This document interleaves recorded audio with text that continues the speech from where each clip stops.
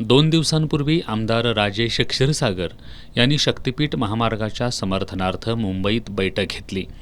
या बैठकीत 35 लोकांनी 7/12 शासनाकडे जमीन संपादनासाठी दिला असल्याचं सांगितलं जात आहे। कोल्हापूर जिल्ह्यात एकूण 3,822 गटधारकांची जवळपास 5,300 एकर जमीन संपादित केली जाणार आहे। या गटामध्ये 10,000हून अधिक शेतकरी समाविष्ट आहेत।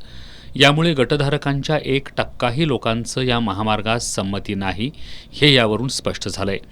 यामुळे राज्य सरकार शक्तिपीठ समर्थनासाठी जो खटाटोप करत आहे त्यामध्ये ते अपयशी ठरले असल्याची टीका माजी खासदार राजू शेट्टी यांनी केली आहे। शक्तिपीठ महामार्गाला कोल्हापूर जिल्ह्यातून शेतकऱ्यांचा पाठिंबा आहे असं धारांत खोटं वक्तव्य विधिमंडळामध्ये करणारं मुख्यमंत्र्यांचं ढोंग आता उघडकीस आलेलं आहे।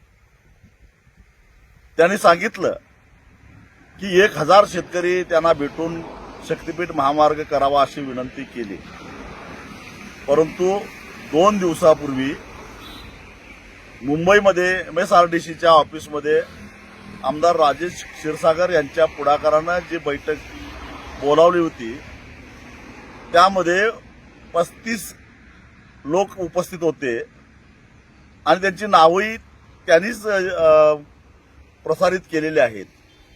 त्यापैकी ते कोण होते याचं उदाहरण सांगतो। त्या शक्तिपीठ महामार्गावर असणारं एक गाव आहे, माणगाव तालुका हातकणंगले। त्या माणगावातील 6 लोक या बैठकीला गेलेले होते। त्यापैकी 3 लोकांचा 7/12च नाही, राहिलेले 3 लोक आहेत। त्यापैकी एक माणूस, एक शेतकरी दुसऱ्याचा 7/12 घेऊन गेलेला होता। एकूण जिल्ह्यामध्ये 3,822 गट नंबरपैकी 5,300 एकर जमीन शक्तिपीठ महामार्गाला जाणार आहे। त्यातले समजा मारून मुटकून 35 लोकांचा 7/12 खरा मानला तरी सुद्धा 1% सुद्धा होत नाही। काँग्रेसचे गटनेते आमदार सतेज पाटील यांनी गेल्या अधिवेशनात समर्थन करणाऱ्या शेतकऱ्यांची यादी मागितली। गत आठवड्यात याबाबत लेखी पत्र सुद्धा दिलं, मग ही माहिती त्यांना आज अखेर का देण्यात आली नाही? जमिनीच्या मोबदल्यात राज्य सरकारचा कोणताही निर्णय स्पष्ट झालेला नाही। यामुळे राज्याचे मुख्यमंत्री कोणतीही गोष्ट रेटून व लादून करण्याचा प्रयत्न करत आहेत असा आरोप शेट्टी यांनी केला।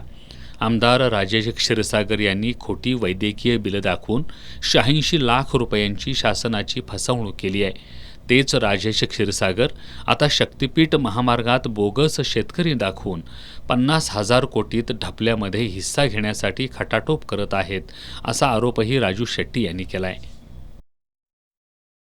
कोल्हापूर शहरातून निवडून येणारे आमदार राजेश क्षीरसागर यांना आता कोल्हापूरची जनता जाब विचारणार आहे की तुम्हाला तुमच्या स्वतःच्या स्वार्थासाठी, कारण हा माणूस कसा आहे सगळ्यांना माहिती आहे, 86 लाख रुपयाची खोटी वैद्यकीय बिलं दाखवून सरकारला फसवणारा हा माणूस शक्तिपीठ महामार्गातून 50,000 कोटी रुपये जे घपला पडणार आहे त्यात आपल्याला काही हिस्सा मिळेल का काय, मुख्यमंत्र्यांना खुश करता येईल का काय, यासाठी चाललेला हा आटापिटा आहे।